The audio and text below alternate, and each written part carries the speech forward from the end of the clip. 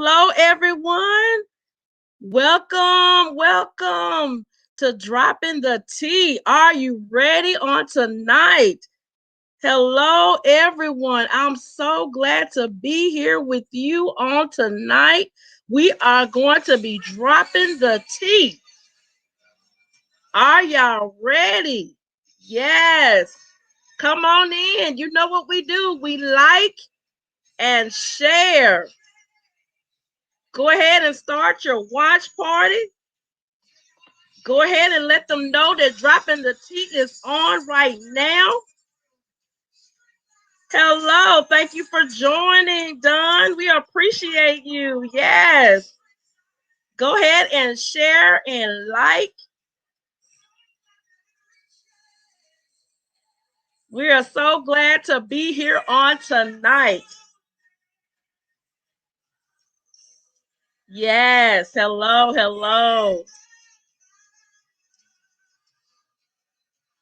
How many of you need strength on tonight? Thank you for joining, James. We appreciate you. Thank you for sharing. We are ready on tonight. It's about to go down on Dropping the Tea. Do everybody have their tea on tonight? Look, we're going to be sipping and dropping on tonight.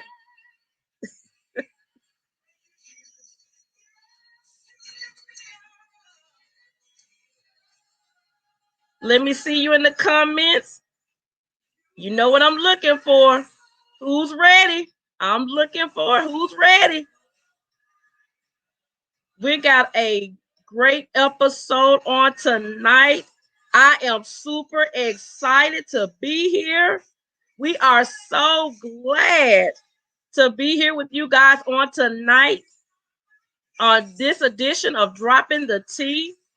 We have a special guest who's going to be sharing her story, her truth on Dropping the Tea on tonight. You ready?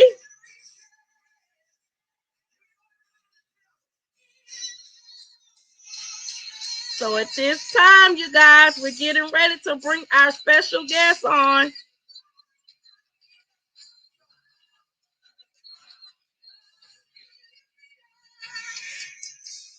Ready. All right. That's what I was looking for. Come on. Flood the time. Line the comments. Ready. Let's go.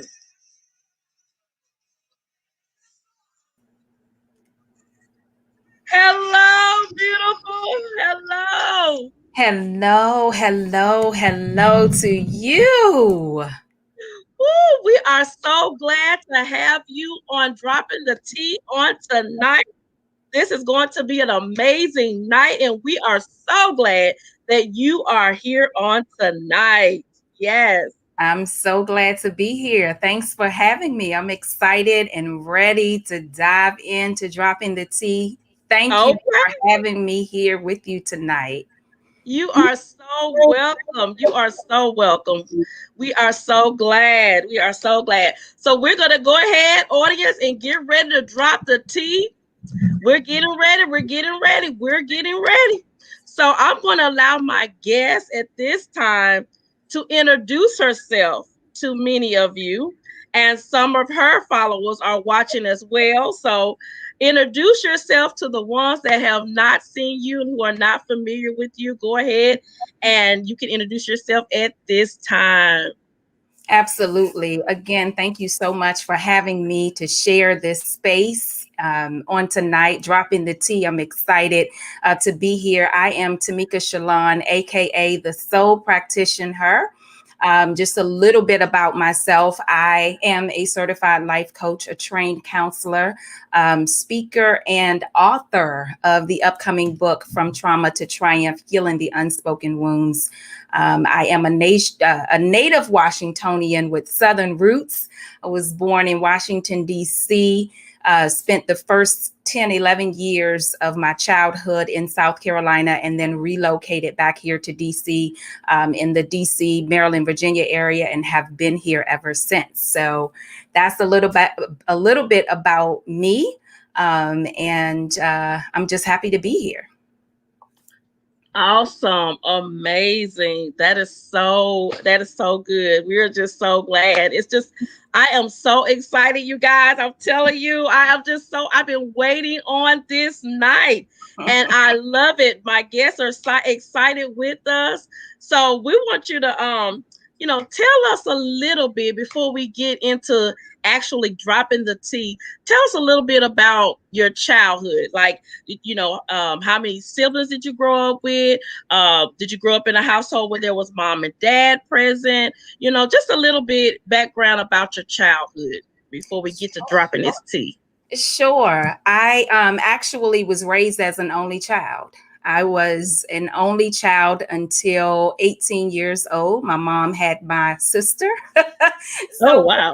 18 years apart. Yes. Oh wow is correct. Okay. Because when I found out, yeah, that she was with child, I literally cried.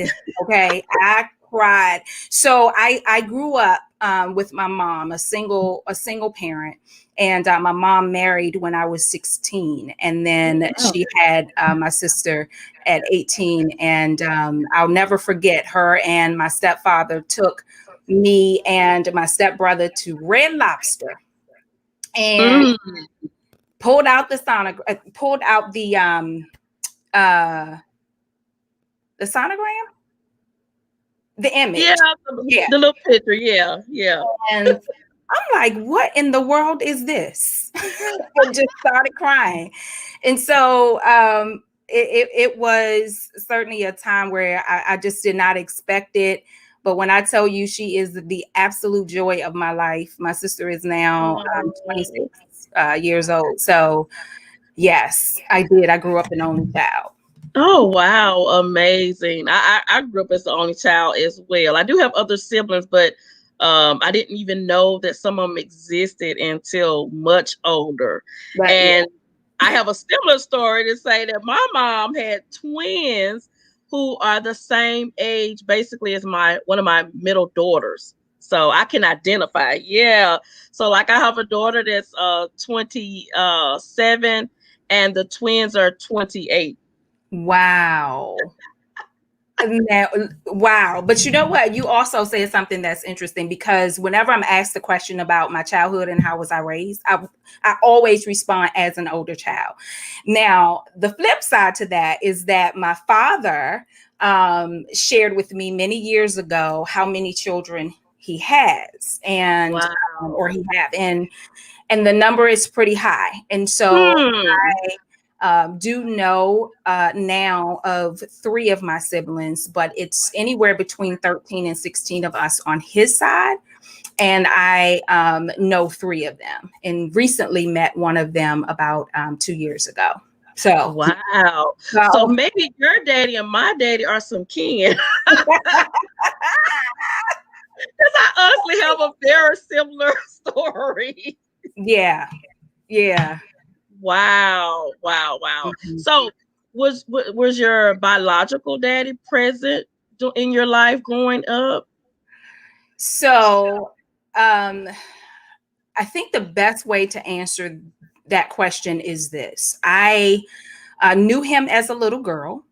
I did. Okay. And had a relationship with him as a little girl. So he was physically present until I would say about 7 years old is my recollection of the disappearance. And of course, as a Wow. little girl, I didn't understand it. As I got older, I've come to understand. So I would say till about seven-ish. And then there was no physical or emotional presence consistent. Wow.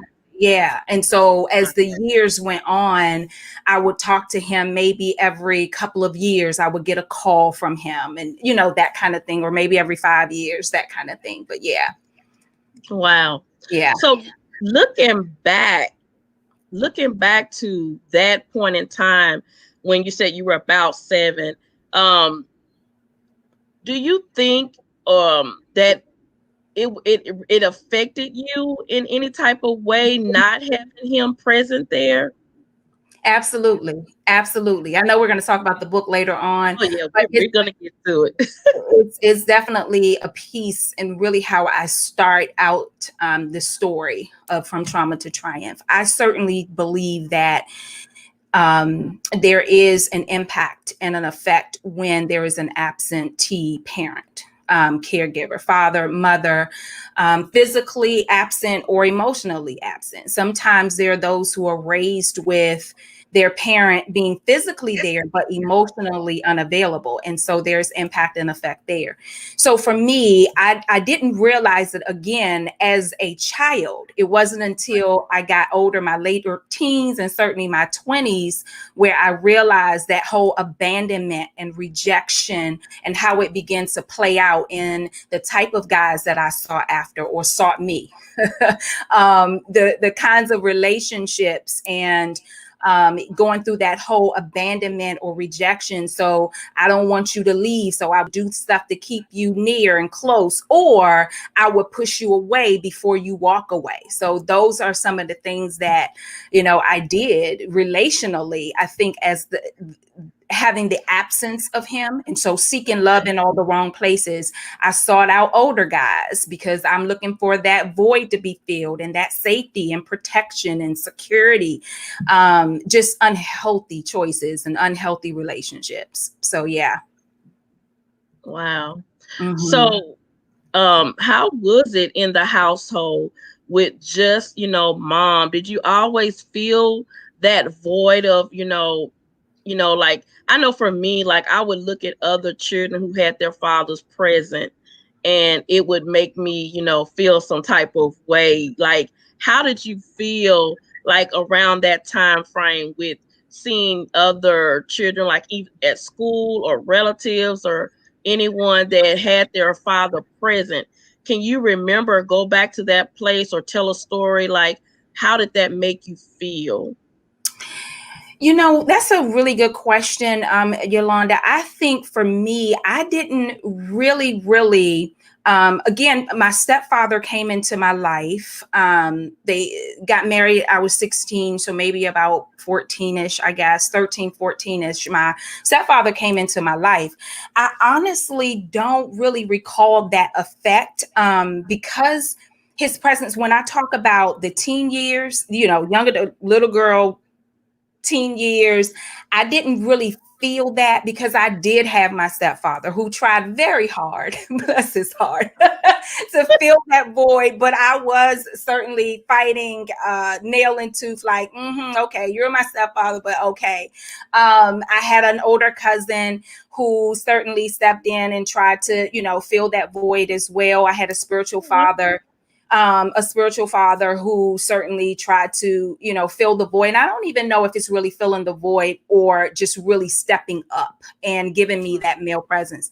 I think for me, by the time I got to graduating from high school, right, graduating from college, getting married at 30, it was, Wow. I think, those three moments where I was like, man, my father should be here because he's still alive. He's still existing. And Right. so for me, those were those moments of high school graduation, college graduation, wedding, that I'm like, okay, not that he was going to give me away, but just having his presence there. And I didn't realize that again until my later teens and young adult years, the 20s, of saying, okay, yeah, that would be really nice to have your father show up and just tell you that he's proud of you. Have your father show Yeah. up and say, "I love you. I'm sorry." Whatever, whatever he could say, but really being able to show up.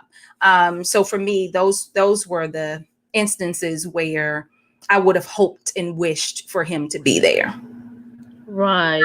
So Mhm. what kind of questions did you have when you got older, in your mind, your thoughts as to why, your father wasn't there? A lot of times I know some people will start blaming themselves and try to find fault within them to say why the other person may not be in their lives.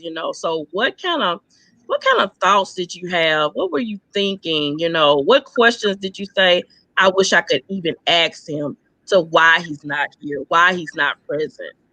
Yeah, I mean that's those are really the questions.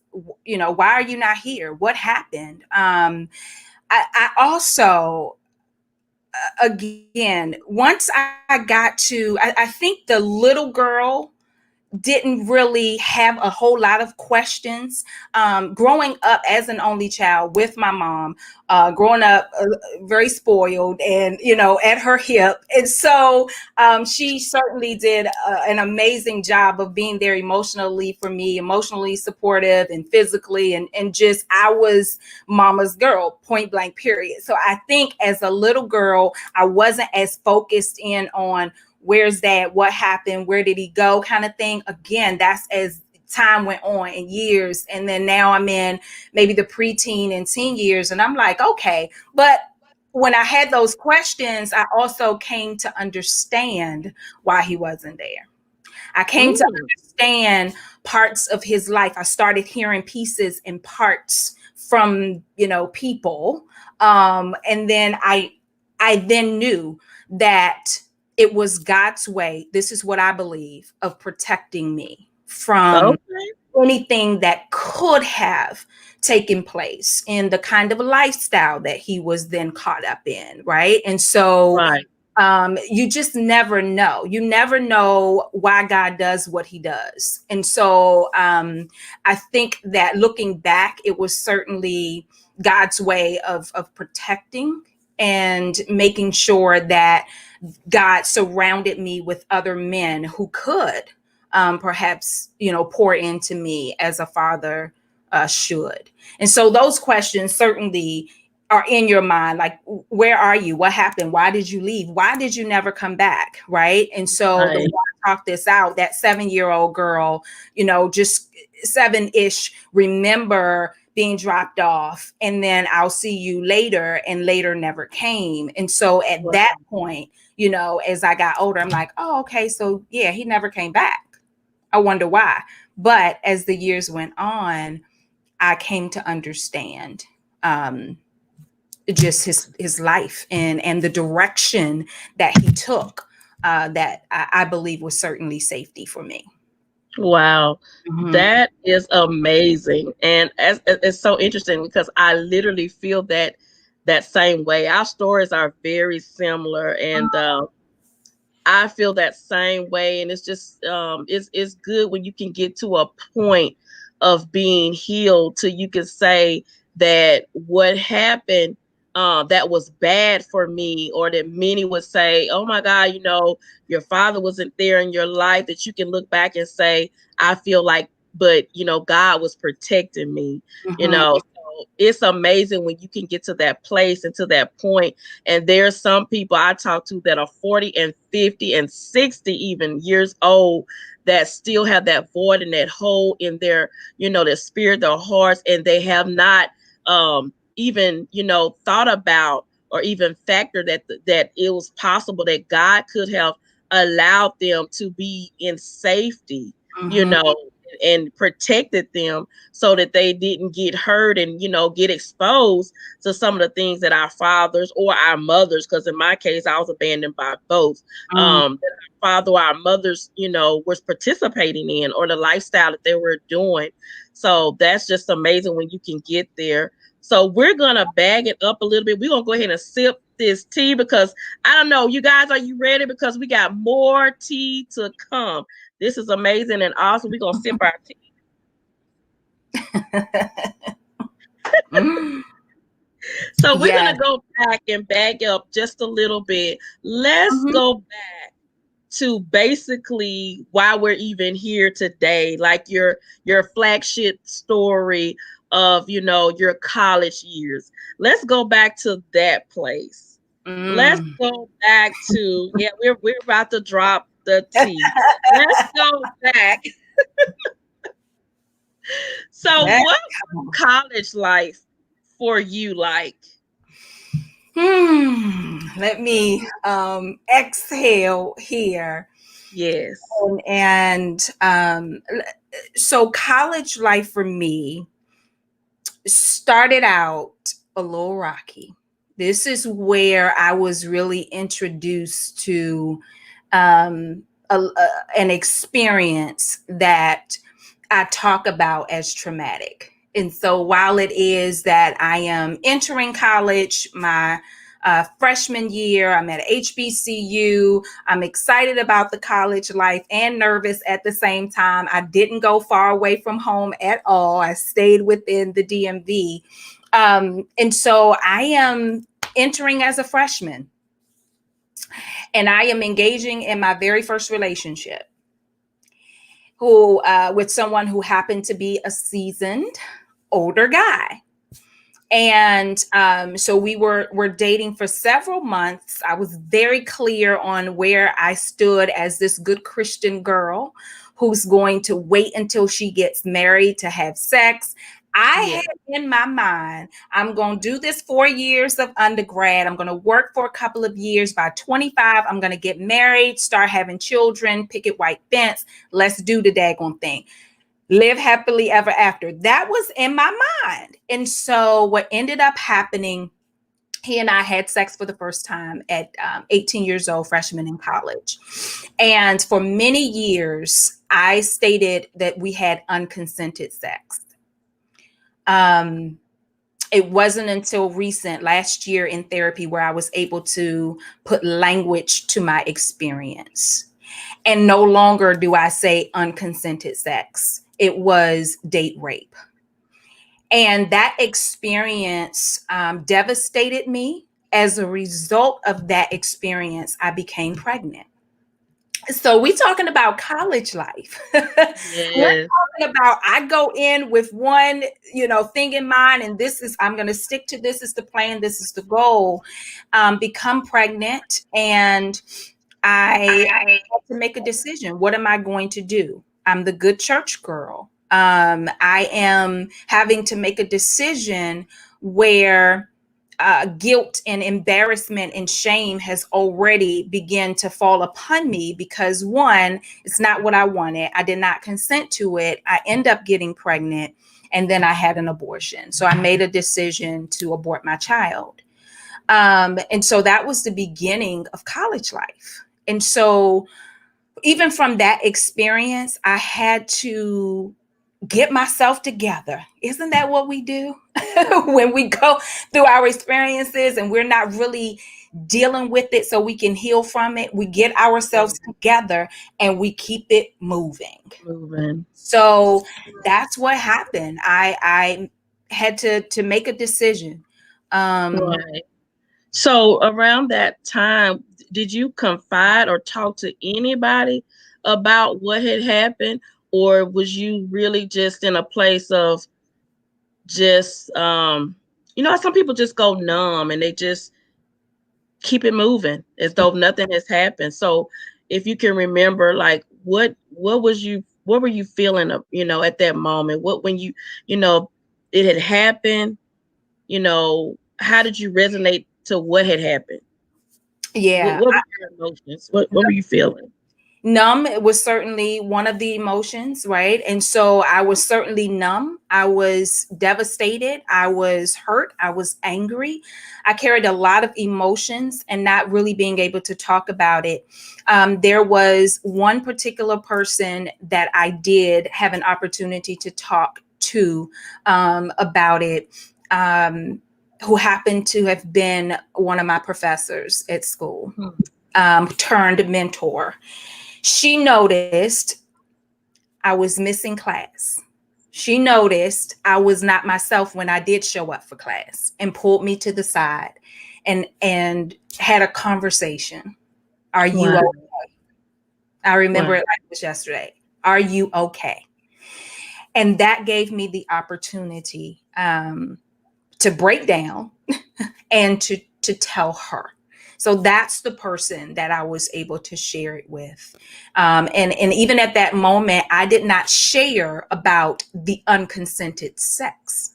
I shared that I Mm. was pregnant. I could not come to grip or even grasp saying, but this person took my innocence. This person Right. forced me into this. I could not. I needed to deal with that immediate, that yes, I'm pregnant. Now, what am I going to do?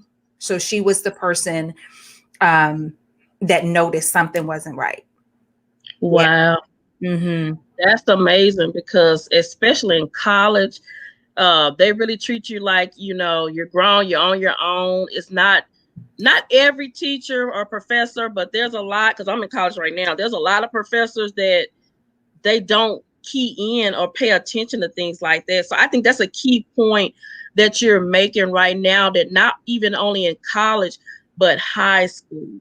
Not Mm-hmm. even only in high school, but elementary, and junior high, because this right here happens all the time. All the If time. I could have money for the stories that people have shared with me, I would be very well off, because it happens a lot more than people realize.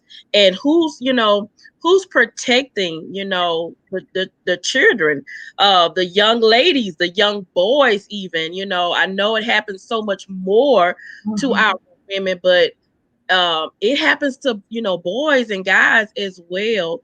And that's a key factor that you mentioned, that we need to be at a place where we're sensitive to recognize, even in church. Think about it. Some child may be suffering from going through that, and just being able to key in on something's off, something's not right. Yes, it can make a world of difference. Go ahead. It can make a world of difference, a world of difference. You just hit on it when you said, even at church, and us being discerning and sensitive enough to pick it up.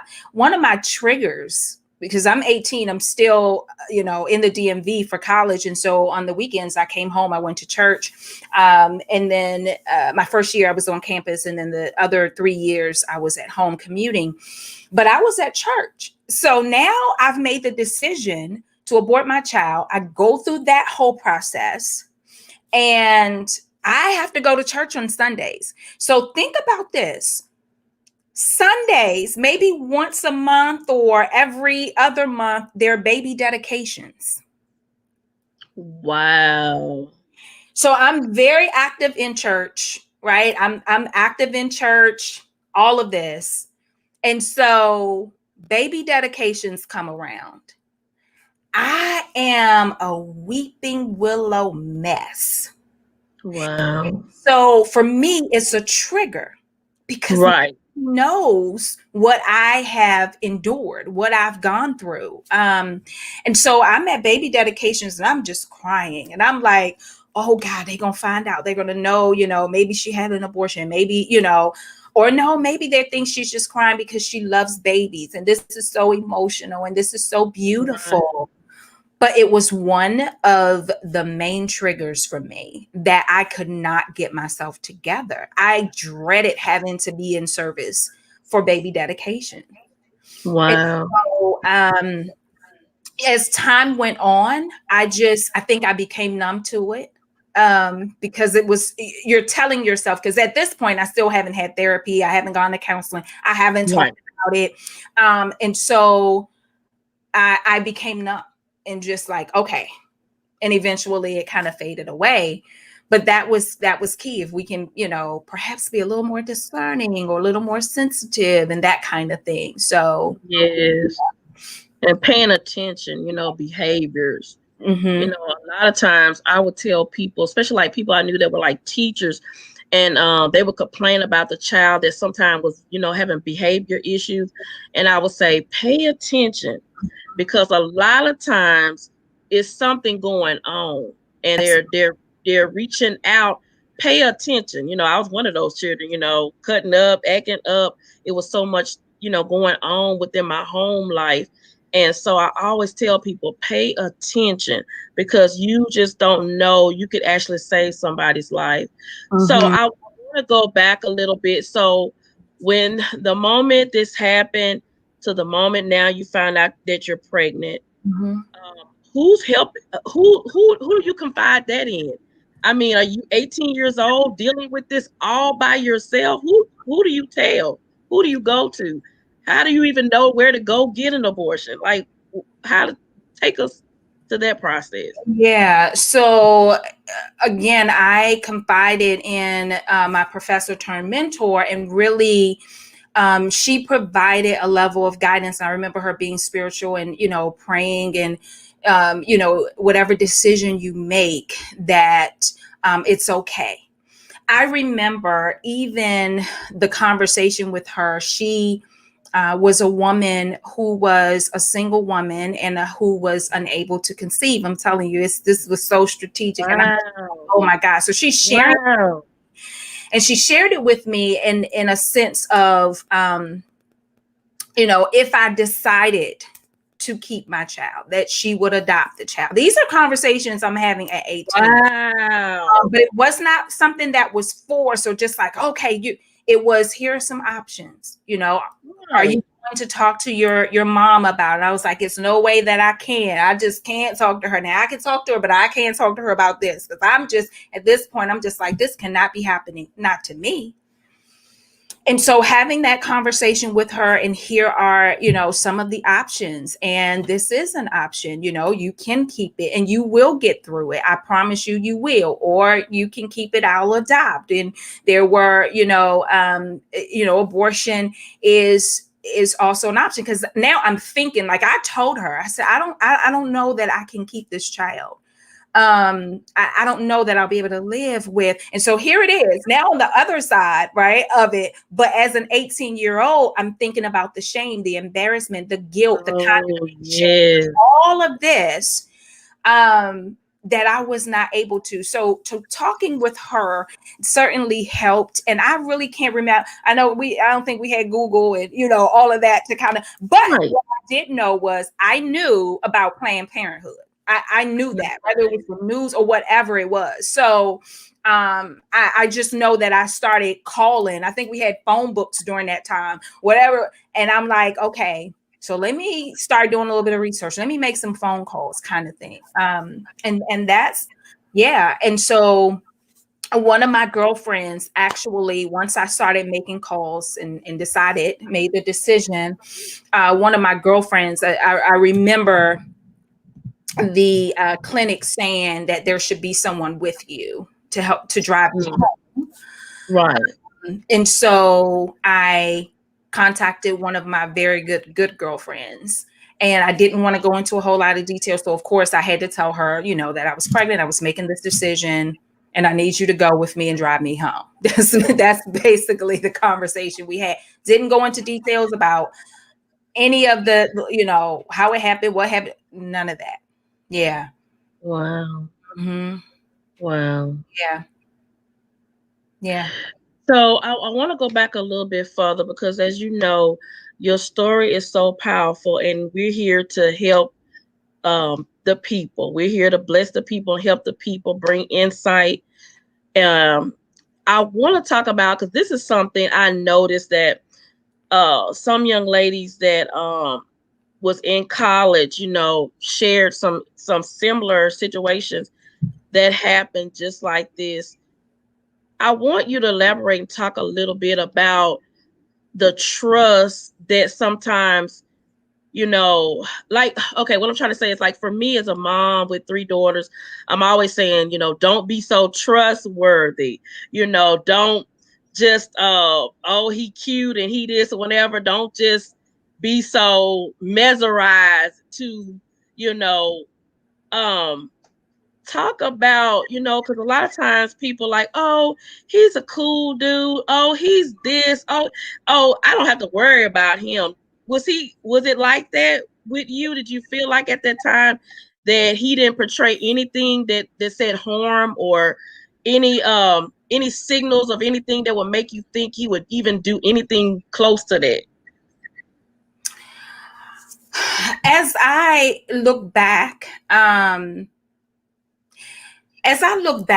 an 18-year-old mind, remember, 18-year-old mind, good old church girl, now understanding, emotionally underdeveloped, right? And so not really able to really connect emotionally. This is the first dude that I'm actually entertaining. And I notice I know he's older. I know he's more experienced. I know I still did not think that he would do that, because we've had conversations. time and time again. I'm a virgin. I'm not having sex until I get married. If that doesn't work for you, then exit, right? Like, this is not going to happen. I don't care how, smooth talking, sailing, whatever it is. And I did not think that that would happen. Didn't cross my mind. So as I look back and I'm like, yeah, I wasn't even really there, to really, I think, be able to discern for real and be able to pick up, Right. signs or anything that may have been present.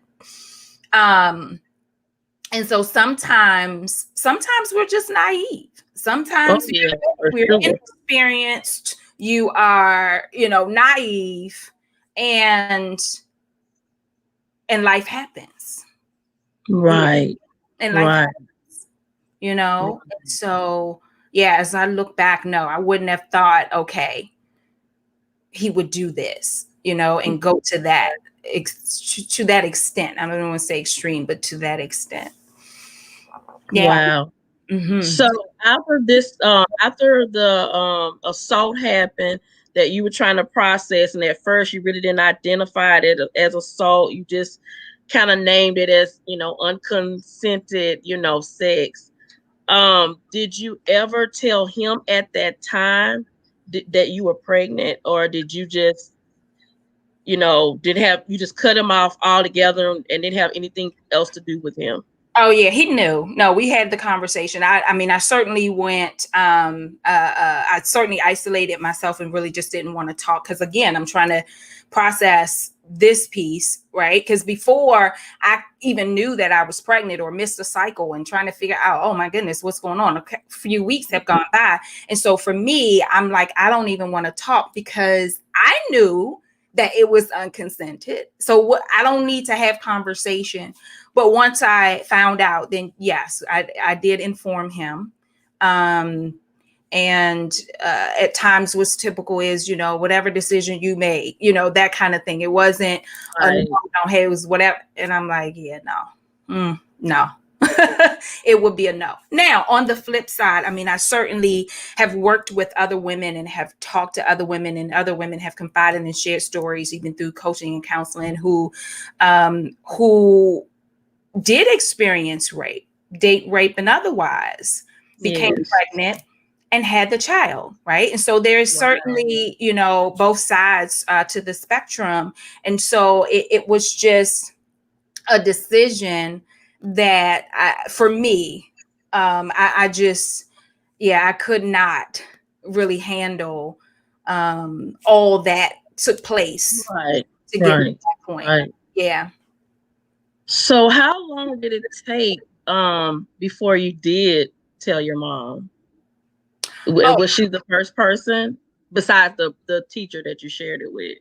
No, my mom found out Martin Luther King birthday this year, 2021. Whoa. So Okay.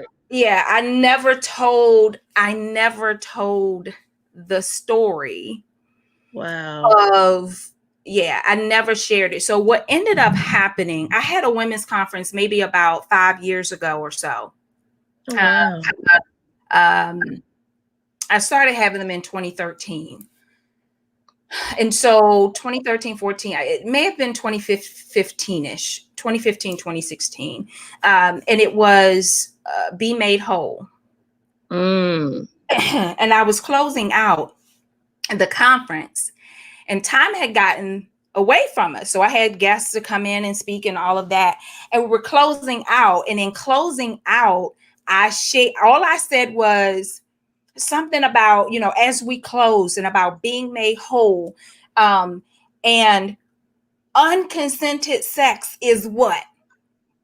And the ladies was like, right, it's right. And I said, yes. And that's part of my story and my journey.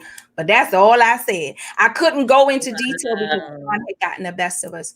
But I didn't share, and I can see the comments that are coming in, and many people who've heard my story recently talk about, the courage that I have to share, because this is only piece and part of the story. Woo! We don't have time to go into all of it. But to answer your question, yeah, I had a conversation with her and my sister on Wow. Day this year, January. Wow. One of the things that I knew I had to do before I released this book was Yes. have the conversation with my mom and my sister. My Yes. family, immediate family, were very, very close. We're a very close knit family. We're a big family. But those were the two people that I knew I needed to share the story with before it hit. And so that she learned of it from my mouth to her ears this year. This year. Wow. Yeah. So I carried that for 25 years. Uh, My you know, God. along with some other situations and experiences that life brought. But starting at that point, 25 years. And then last year, I went into therapy and began to do some really deep therapeutic work to get to a place. Hence, those who are saying courageous and freedom. You don't get to this place just waking up one day and like, I'm free from it, right? It requires a level of really deep rooted work that some things have to be uprooted when Yes. you want to get to the truth of a thing. You have to get to the root of a thing. And I needed to get to the root of relational trauma. I needed to get to the root of why I continued in a cycle. I'm over 40 years old. It Right. continued in a cycle when it came to relationships, romantic, platonic, friendship, sisterhood, whatever it is. Something isn't right. And so often we blame other people. It's him. You mean to tell me it's him, and him? It's nothing about you. So I got to a place where I really, the end of 2019, I said to God, God, I need you to help me. And I Yeah. said, Lord, show me me. Show me me, because it can't be everybody else. So that comes from a place and space of real self-reflection and really being true to yourself and honest with yourself to be able to say, is not everybody else. And when I prayed and said, God, show me me, he began to show me some parts of me. And yeah, he will do it. Yes, he will. And so it was January 2020 where I began to do intentional and intense work. I literally prayed. I said, God, direct me to the right therapist, to the right person that's going to help me.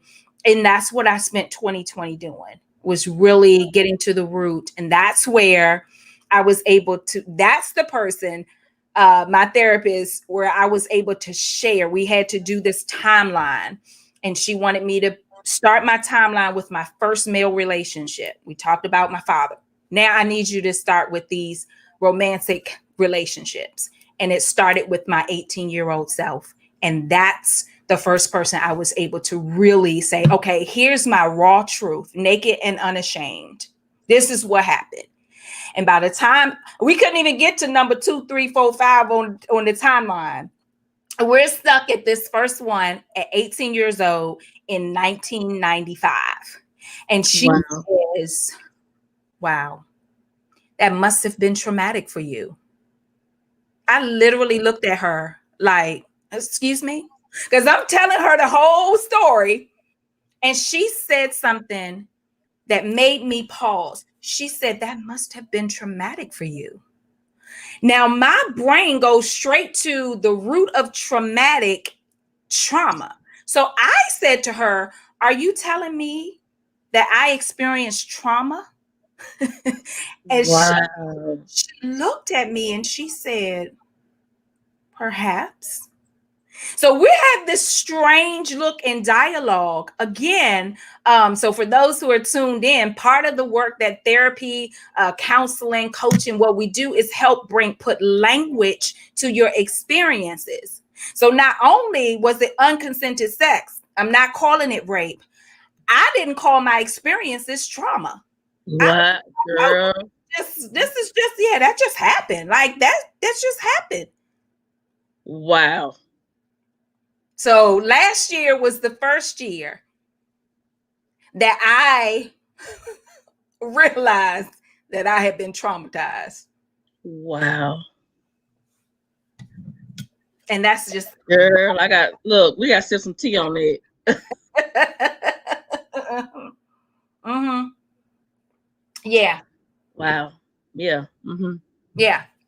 And that's what happens so often, is that we dress it up, we cover it up, because we don't want the negative attachment That comes. that comes with it, in our minds. That's negative, that's ugly, that's dirty, like, no, that's not me, like, yeah, but really it is. We got to call a thing. That's where Come healing on now. that's where the healing begins. Call a thing. We can't continue to mask it. We can't continue to cover it up and think that we're going to heal from it. One of the things that I often say is, I didn't talk about it, so I thought I was healed from it. How many of us share that sentiment? I didn't talk about it, so I thought I was healed from it. No, you didn't talk about it because you didn't want to have to face that experience. You suppressed the emotions that were associated with it and didn't want to have to deal with the emotions. You told yourself that you were going to bury this thing. And so if I'm going to bury it and take it to the grave, I don't have to deal with it. I'm good. That's our favorite line. No, I'm good. All is well. But the moment you open up your mouth, the way that you react, the way that you respond, the way that you say, oh, child, yeah, I went through that divorce, I ain't never getting married again. All these toxic relationships, girl, please, I'm gonna just be by myself the rest of my life. Yeah, that's trauma talk. I need you to heal that thing and then get to a point where you can make a decision to say, yeah, no, I've processed this, I've worked through it, and I've made a decision that I think this is what's best, is that I stay single, right? Instead of all the other stuff that comes with it. So, yeah. Oh, wow, girl. I just appreciate you, Thank you. For just, such strength and courage to talk about your story. And it's going to bless so many people. And I know you're doing a lot now, but I just see such an elevation, in your life. And I see there's going to be many platforms that you're going to stand on, and you're going to tell your story, and so many are going to be set free. I visually see that. I visually see that. And we're just so blessed to have you here. And I always say on a lot of my shows, I tell people all the time, I'm dropping the T. I am one that believe in that. Yes, have Jesus, but you may need a therapist and Jesus. You may need a life coach and Jesus. You may need a life coach, a therapist, and Jesus. All three. All three. But the main thing is, woman, man, get yourself help and be healed. Yes. Be healed. Yes. Stop carrying all of this stuff around. And a lot of times we're carrying all that baggage and, all of those things that we went through in life. It spills over. It spills over in raising our children. It spills over in when we get married. It spills over even on the job.